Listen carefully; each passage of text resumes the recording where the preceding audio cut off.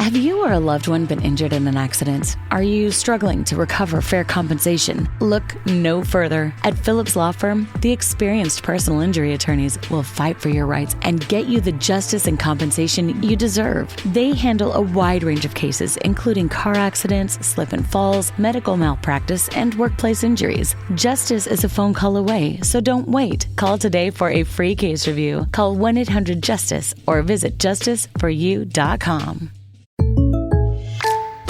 Welcome to What If, the show where I, Jake from State Farm, answer your insurance what ifs. Today's caller is Gio. What's up? Hey, Jake, what if I'm shopping for a new policy, but there are so many options that I freeze up and just can't choose? It's okay. An agent can help you choose the right coverage. At State Farm, we're there for your what ifs. Oh, now what if I need help deciding on dinner? Tacos. Good idea. Like a good neighbor, State Farm is there. Call or go to statefarm.com for a quote today. Now, the greatest story never told with Miles and Thrill. Oh, welcome to the greatest story never told podcast. Available on radio.com. 53 episodes. We have surpassed the year in doing the greatest story never told podcast. And you think that, man, surely these guys are going to run out of stories to tell. And we're here to say, yeah, it's getting kind of close to that. Yeah, we're I mean, it's not that. It's not that in full transparency. There's a lot of stories we could tell, but we are not so stupid that we would actually share them. Yeah. There should be no audio recording of our confessions of something. So honest to God, a lot of times we're like, ooh, we should talk about blank. And then it's like, no, we shouldn't, because that's real. What if someone real heard bad? That certain person that whoever we're talking about. You have to think about timelines. You have to think about people that will identify that perhaps they are the subject of the story. And sure. So honest to God, statute of limitations. Right. Like, why did you say that at that point in time? My such and such didn't know that I was at such and such's house. Et cetera, et cetera, et cetera. Because we're not the two worst people. There's a whole orbit of people that are up to no good, but they somehow hide it. So if we tell these stories, they get exposed for the fraud that we know they are. But, but you know, their loving kids and their spouses might not know these things about them. Okay. I agree with that 100%. Now, we do ask if you'd like to make a donation to the 3 local Fisher houses in the area that will make you the unofficial sponsor for that episode of the Greatest Story Never Told podcast. Not sure what the commercials are that they're running right now, but we'll make you the unofficial sponsor. If you've got a podcast, if you've got a business, if you have something going on, you just want to get the word out, give $25 to the 3 local Fisher houses. You can make a donation to the Fisher House in its entirety nationally. We prefer you go and donate locally, as we do with Men's Room Original Red and our sausage from Uli's World Famous Sausage at Pike Place Market. That's where the proceeds go for that. The new beer we're hoping to get out with Elysian. Proceeds will go there as well. So if you could, we would appreciate that. Then we'll make you the unofficial sponsor. Now, one thing you need to know is that Steve and I are old. And when I say we are old, we are much older than our own Mike Hawk. However, despite our age, asking the Peter Marshall question for Big Dummy. Yeah. Despite our age. Exactly, Mike. Yeah, now, Mike. You don't know who he is. Now, Mike, and to give you an idea how old we really are and how long we've been doing this, Mike, what year were you born? I was born in 1990. You were born in 1990. Steve, what were you doing in 1990? Lots of drugs, playing in my band. I was 21 years old. And I was acting so like you're a 21-year-old you're legally able to drink who's in a rock band. When Mike Hawk is born. That is correct. Okay. In fact, how old's your dad? Because he's like maybe 4 My years dad was older born than me. 63, so he's what? He's 57, Mike. He's 6 years older than we are. Yeah, I could have been sitting next to your dad. We could be at the bar. your dad. All right. So were you in Baltimore? Yeah, we were in Baltimore, and the band. Every time I reference the band, that is the band I was in. And I mean, again, you're 21 years old. This is punk, ska, and metal are all kind of doing their thing at the time.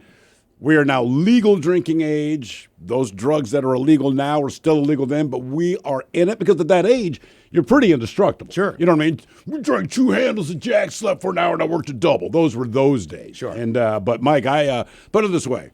Where I was in my mind and in my life at that time, even in the most desperate of times, your father would not have asked me to babysit. Yeah. Sir, he'd have been like, dude, not you, man. How about you? 1990, I had just broken my ankle, snapped the damn thing clean in half in football practice. Oh, no. I had been training really hard for the year. I was in great shape. I mean, I had been working my ass off. And the second or third day of spring training, I completely shatter my ankle. It's my left ankle. It's the ankle you plant on. And if you know anything about punting, when you punt, your momentum in your body takes you off the ground. You go about a yard forward, and you land on your left foot. My technique was that. You're right. Reggie Roby. He's the only dude I've ever seen who punts and did not move. Kept his foot on the ground and kicked it 5 times farther than everybody else. But in my instance, this was detrimental. I couldn't do anything. I was taking classes built around going to practice. Didn't need to do that anymore. So basically, I started kind of working toward actually graduating at this point in time. And once I realized that I had a clear path at it, I kind of started to take my mind away from the idea that I could play football. So I started smoking a lot more weed because I could, because I wasn't getting drug tested by the NCAA. I started taking the classes that I couldn't take because they were normally during practice, so I could advance a little bit faster. I was working at a radio station at the time. I kind of figured, you know what? I'm getting a broadcasting degree. I'll pick up my hours at the radio station. So I started doing that kind of stuff, and then I went in at the end of the year and told Coach I was done. I was like, I'm just going to work toward my degree. So that was he was upset. The coach was. He didn't even get the chance to cut you. That was the year that you were born. All right, so all that stuff went down. But what we figured out here, okay, despite all of that, we all work in radio. That's one commonality we have. But we do have one other commonality between the three of us here. Yes. Now, Ted's not included in this. I don't believe. Maybe he No, he's moment. not. I don't think he did. But either way, one thing that you need to know is that all of us were members of the Boy Scouts of America.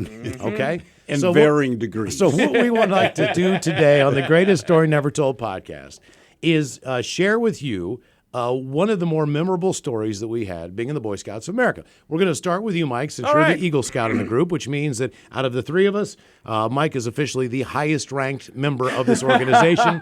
If they had a Boy Scout like Elks Lodge type thing, like Mike would have a mug on the wall, and we would not. You got a degree. Right. We all went to school. Yeah, but you got a doctorate. Right. I did. You got a PhD. Yeah, you got a doctorate in Boy Scouts. So what is the most memorable thing that happened that you can remember that just kind of sticks in your head? So one thing that always seems to come up when it comes to scouting and all that is they tend to go to summer camps at some point during the year. It's a week-long excursion. Honestly, that is when I really started to find my own self-reliance. That's when I was very much attached to my parents when I was a kid. I was a very sheltered kid, so going out camping was already a difficulty for me because I was away from them. Sure. Summer camp going a week long instead of a weekend, man, that was a marathon. It was a thing. But I really, really enjoyed summer camp. That's shooting. I loved going all to the shooting ranges that were all there. You got all your merit badges done there, and you learned a ton of what you were. Yeah. Oh yeah, absolutely. But one thing that our troop did that was actually a lot of fun is that throughout your experience throughout that entire week, you pulled out some part of your personality and they gave you a nickname that they called you throughout that week. And it was a kind of a fun thing. They'd write down all the nicknames, and then when we got back, there was some big dinner that we would all have. All the parents would come in and they'd get to guess who got what nickname, right? This plays into the story. So one thing that we also did while we were there is we actually loved to play poker while we were sitting there in camp for whatever reason. You know, you get downtime between meals, between classes, between all this. So we'd play some poker, but we need chips. So what we would do is we would go to the trading post and we would all get these massive bags of Skittles and we would use those as poker chips. And it was a ton of fun, but while you're sitting there, you're eating all of these poker chips. You're eating your winnings. Exactly. Yeah, right. The problem is that we had one jackass that came into summer camp that year, and he had the stomach flu. And he neglected to mention this to anybody in the camp until about 3 days in. Now, we had been playing poker. We were set. This was an established thing that we do at this point, right? It's beyond the point of, hey, come on in, sit down, we're doing this thing. It is, no, this is our poker night right now. We're doing this thing. And again, he neglected to tell anybody that he had the stomach flu. And so we're out there, and he's putting his chips in, and somebody collects those chips, and then he puts those chips in, and then somebody else collects those. He infected our entire campsite with this stomach virus that it was. Oh, my God, it was terrible. Man, our spotted pot, we called them kaibos at the time, that needed to be emptied out like 2 or 3 times throughout the course of this week just because it was getting used so often. I got nothing done that entire week because honestly, my stomach was hurting so bad that I just sat in camp, just leaned over in complete and total pain.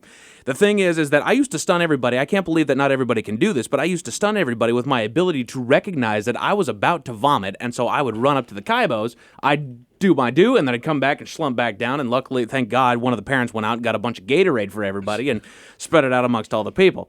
But the problem is that with this particular stomach flu is once you're done vomiting everything in your stomach, but your body's not done vomiting, bad things happen. That's where I learned about the dry heave. And that is horrible. I am screaming into this void of a toilet that is echoing throughout the entire campsite. It was so bad. I was screaming so loud into this Kaibo that the medic who was dealing with a massive crisis, like we infected the camp with this, not just our campsite, but the camp had this plague is what we called it. The medic heard me from 2 campsites down. And if you know anything about a summer camp, these things are spread. Our troop was at least 100 people, and that was a fairly small group. And so we need to be able to stack all the people into these different campsites. So for him to be 2 campsites down and to hear me just, Yeah. and come on over. So I got the nickname.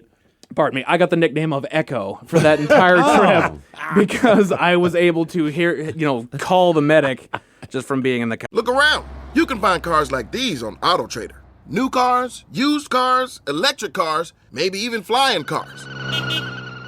Okay, no flying cars, but as soon as they get invented, they'll be on AutoTrader. Just you wait. AutoTrader. I actually would love to go back to the Boy Scout camp where I worked at for 4 or 5 summers and just kind of, I know the layout of it for the most part, but I would just like to go back and hike the trails and know the shortcuts and make sure that I'm still not losing my mind. But the one thing that I used to work at the lakefront. I taught life-saving, swimming, rowing, and canoeing. Nice.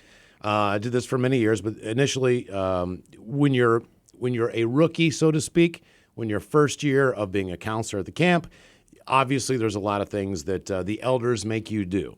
And then eventually you become the elder, but one of the first things that you do is as a rookie, you're made to sweep the swimming area of the lake. Now, this is one of the coldest, scariest things in a weird way because you're basically combing with your hands and your legs. They had found bodies in that lake where people had gone out in the winter, right? broken through ice. Oh, my. It was one of those lakes where, they found bodies in it. It would just, whatever happened. But we were aware of that. And, you'd put your hand around a stick, that was the size of a forearm or whatever, and it was all slimy, and you grab it and it kind of break in, and you slowly pull, and you couldn't see it because the lake was so, muddy at that point in time. It's cold, it's early in June, but you had to sweep all that out of there so that when the campers came, there was nothing at the bottom of the lake that they could step on to make sure that no one had thrown a bicycle in there or anything like that. But it was still sweeping that swimming area. You had to comb it 2 or 3 times, back and forth. It was horrible, because you're just picking the stuff up, hoping it's not somebody or something. Keep in mind a lot of dead animals in there, so we found a lot of deer carcasses and other things. Okay, you get the idea. Well, I'm about 15, 16 years old at this point. I'm advanced. I'm not a rookie anymore. It is my job to make sure that these guys who we're also living with, the new guys that come in, they do all these responsibilities. Well, my buddy Joel, who I brought up a couple times in different stories, his dad owned an adult suit clothing store for men attached to a dry cleaners, all right? So we had access to a storage room of mannequins. Now, the mannequins back then do not look like the mannequins they have today. They had hair that was parted on the side. It was painted. There were eyes. There were eyebrows. The lips were red. There was distinct facial features because these mannequins were used for guys' suits. Right. And the mannequins were man-sized because these are actual suits that they're putting on these mannequins in the window. Well, we had one. So I knew when these guys were going to do the sweep. We knew what was going on. We actually had to weight that bad boy down. We weighted him down because he kept popping back up, which was funny because we had this guy floating in the lake. We weighed him down. We got him to the bottom of the swimming area. And I'm telling you, man, the screech you heard from that kid when he pulled that thing up was unlike, because it's still slimy. Right, it's right. still wet. You know what I mean? He freaked the hell out, man. He swallowed water because he's got a mask on, he's got a snorkel on, he's got all this stuff. He pulls this thing, he's struggling, and now he's got it like he's trying to wrestle it to shore because he thinks he's going to save this thing's life. It was absolutely hysterical, but at the same time, we all had to honestly apologize to this kid because when he came in, he was hyperventilating. We thought he was going to have an asthma attack, the whole deal. What we did was after that, we continued to stack this mannequin and put him in locations around the camp with his Boy Scout uniform on. Because we all had extra stuff, so we dressed him shorts. Right. We'd stick him behind a tree, so you turn the corner, and there he is standing there, freaked the hell people out. But that was one of the funner experiences I had. I still feel bad about how bad that kid didn't come back and work again with us. I don't know why. I don't know why. Yes, maybe, you do. Maybe it was circumstantial. But I mean, we were pretty brutal on the incoming. Everybody got it. It wasn't too over the top, but you know what I mean. It was like it was over the top. We made them all use the one facility where all the mosquitoes were. So as far as the outhouse was concerned, there were rows, but this one stall in particular was just filled with mosquitoes all the time. Right. They had to use that one. It was just, we were that type of people. You almost killed somebody. I did not almost kill someone. I excelled the possibility with which they might die, but I did not almost kill someone. I think that's a fair way of putting it. And I think I've told this before, but first camping trip with the Boy Scouts, I'm still a tenderfoot, Mike. You're an Eagle Scout. I am fresh into this. And I went into it because my buddy Brad and my buddy Andy were both like, hey, Boy Scouts. I think I was in 7th grade at the time, 6th, 7th grade, whatever. But I was like, you know what? That could be cool. But the real appeal to us was the idea of camping, right? So I had a vague understanding that you got merit badges and stuff because my brother had been a Boy Scout, but my brother is a figurative Boy Scout as well. You know what I mean? He's always a good guy. So it made sense that he'd be in the Boy Scouts, but he had nothing but positive things to say about it. So in my mind, I'm like, yeah, it sounds like fun. And when I first joined, I realized like all of these responsibilities that are coming down, it seemed a lot less fun, but the promise of our first camping trip kind of kept me motivated, right? So we're like, hell yeah, man. So we finally get to go on this camping trip, and I can't even explain how excited I was because, like I said, I'm a young kid, and I've never gone camping before. In spite of living out in the woods, we had never been camping before. We're like, this is great. And they helped you find all the right tents, the sleeping bags, all the crap you need. So I'm like, man, this is money. But the one thing that freaked us out was you weren't supposed to bring any outside food in. The food basically that they have supplied for you is the food you're going to eat because you're living out for this 3-day camping trip. I think it's supposed to be 3 days. Basically, you don't want bears. So all that stuff is vacuum sealed. It's in cans. Right, but it's like dehydrated tuna fish. I remember that, and I was just like, oh, my God. But the week before we went on the camping trip, they itemized all the crap that we're bringing. So me and my buddy Brad, we decided, well, all this sounds fine, but I'm just not down with dehydrated tuna fish, man. Let's sneak some stuff in. And this is about the time that Frito-Lay first started introducing the little bags. So you can get the little bag of Cheetos, a little bag of Lay's potato chips and all this. So we stuff this stuff in our backpacks, no big deal. We go on this camping trip. We march out to where this campsite's going to be. Everybody sets up their tents. They do the crap. Some guys are swimming, whatever it is we have to do. But as the sun starts going down, that's when we're going to make dinner. That's fine. Well, before this happens, we get, I almost said this kid's name again, who's now a grown-ass man, but this kid rats us out to the scout leaders that me and Brad have these bags of Cheetos and Lay's and all the rest of the stuff that we were going to eat. And this just pissed us off. But when word of this got around, we had to clean all the pots and pans after dinner. So once, just like Miles, you said, like you guys haze people when they come in.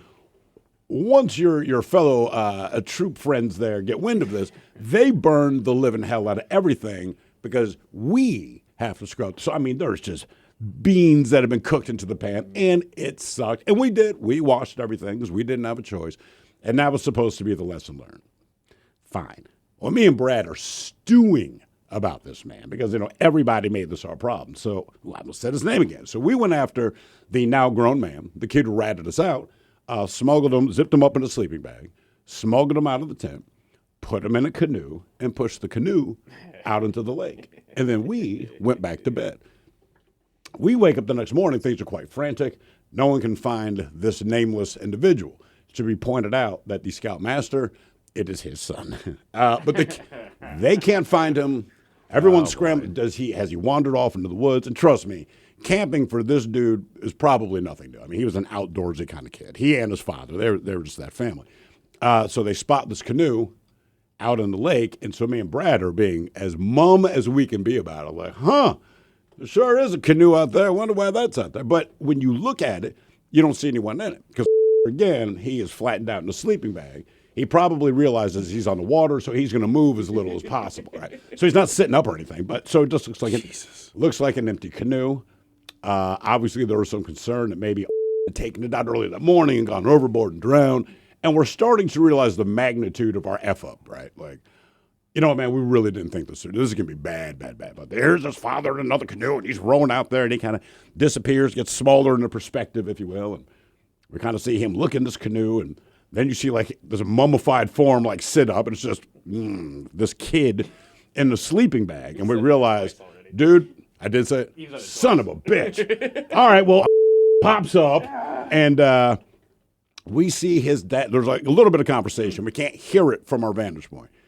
But you could still see the Scoutmaster's eyes as far out as he was. I mean, and it lays on me and Brad, man, and we're just like, wow, we really did not think this out. Now, looking back, I have kids now. I understand what my response would be, especially at that age, you know what I mean? You're talking 12, 13 years old, whatever it is, to find out that, hey, these kids have taken my kid because my kid did the right thing, frickin' rat, but did the right thing. And then, because again, we weren't considering that thing could turn over and he could drown.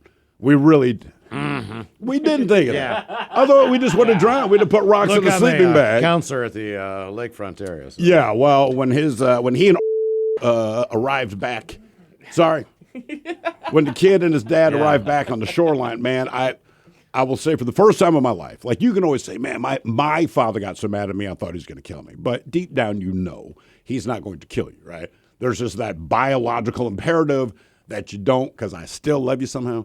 Well, this wasn't my father. This is someone else's father. So when I thought this guy might kill me, I honestly feared for my life. But the camping trip ended. Everyone returned home. So now everyone in the troop's mad at us because we ruined the good time. Blah, blah, blah. Look, when I got back home and this story is relayed to my father, I again feared for my life. But I just had that one biological thing. Point is, don't try to kill people. Mm-hmm. Yeah. I think that, and that's not, we just thought like, ha, ha, ha, that'll teach him. But really, the next morning, like I said, just the magnitude, like, oh, Jesus Christ, man. Oh, no. Yeah. Oh, no. I got one final conclusion of the story as far as this 1 year of camping and working as a camp counselor.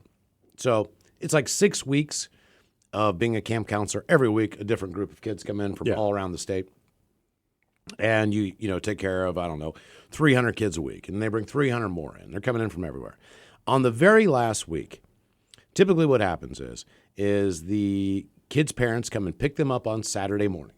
Now, any other week, they'd be picked up on Saturday morning. New group would come in on Sunday. You start the whole process over again. You start working with the new kids.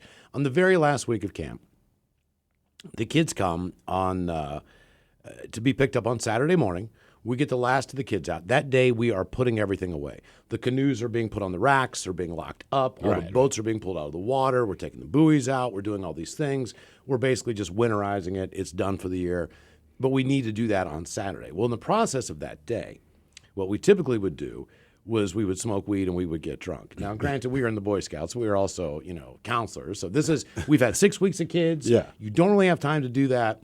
We're going to throw down. Buddy's got fireworks going off. We're blowing stuff up down there. We're getting drunk. We are cleaning up the area. We're cleaning up our cabin. We're packing up. We got trunks. We're getting all our stuff in.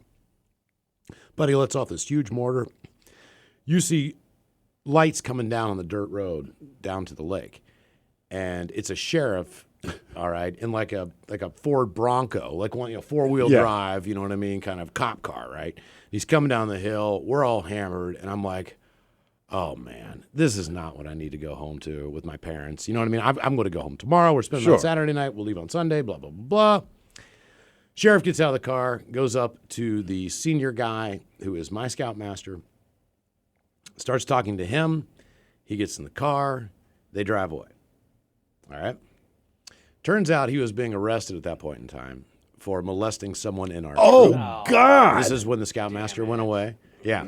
But he just basically told him to get in the car. It wasn't like we couldn't tell that he got arrested. He just had to go to the car. But it was the end of the year. So we didn't find anything else out until we went to our first real, again, scout meeting, and he's not there, and we didn't know why. But they didn't say anything about it. We were just like, oh, no. How did you find out? Because, they're not going to. The newspaper. Really? Yes. Damn. And then that was the last I ever saw of him. I lived with him for 2 years in the cabin in the woods. Wow. Right. Freak. And you're so ugly, didn't even want to touch you. I know. Think about it. See what happens when you got a small penis and you're ugly? Win-win. All right, there you go. The greatest story ever told. You've been listening to The Greatest Story Never Told with Miles and Thrill on radio.com.